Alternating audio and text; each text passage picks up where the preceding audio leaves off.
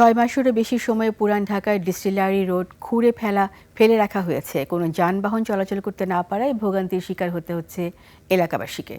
ঘটছে দুর্ঘটনাও। স্থানীয়দের অভিযোগ, প্রশাসনের উদাসীনতার কারণে বিপর্যস্ত হয়ে পড়েছে জনজীবন।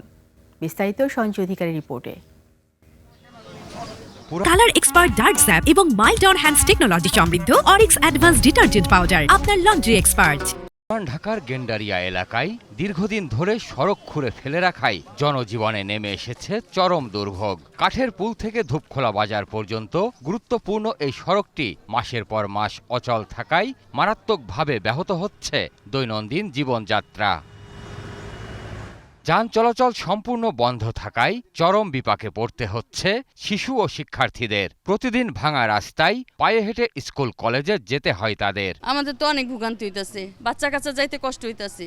তো অনেক অসুবিধা হয়, দেখা যায় এখান থেকে বাইরে অনেক দূর হাইটা ওই কাঠের পুলের তেন আপনার রিক্সা গাড়ি নিতে হয়। রাস্তায় খানাখন্দের কারণে প্রায়ই ঘটছে দুর্ঘটনা।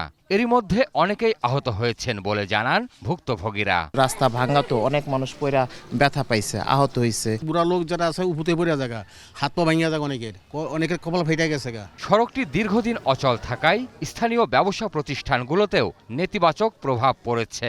মানুষজন আসতে পারছে না, দোকানদারি আমাদের অনেক ক্ষতি হচ্ছে। বেচা কিনা একদম নাই বললেই চলে। আমাদের ব্যবসা বাণিজ্য খুব খারাপ। রাস্তা ভালো থাকলে, গাড়ি ঘোড়া চললে আমাদের বেচা কিনে ভালো হয়। প্রত্যেকটা দোকান কোনো ব্যবসা বাণিজ্য করতে পারতেছে না। দোকান ভাড়া, স্টাফের বেতন এই তো জোগাইতে পারি না, যে বেচাইন হইতেছে আমাদের শুধু একমাত্র রাস্তার কারণে। 10,000 টাকা রুজি করতে কষ্ট হয়েছে। প্রতি মাসে মানে 20,000 25,000 টাকা করে লস গেছে।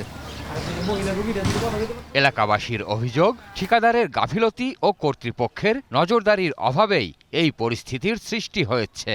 কাজের ধীরগতির বিষয়ে বারবার জানানো হলেও প্রশাসনের পক্ষ থেকে কার্যকর কোনো পদক্ষেপ নেওয়া হয়নি। পুরা এই এলাকাটাই ক্লপস হয়ে যাবে, এটা ওনাদের বোঝা উচিত। আমাদের দেখার মতো কেউ নাই, আমরা অভিভাবকও পাই না যে অভিভাবকের কাছে কিছু বলবো। দ্রুত সড়কটির নির্মাণ কাজ শেষ করে চলাচলের উপযোগী করার জোর দাবি জানান স্থানীয়রা।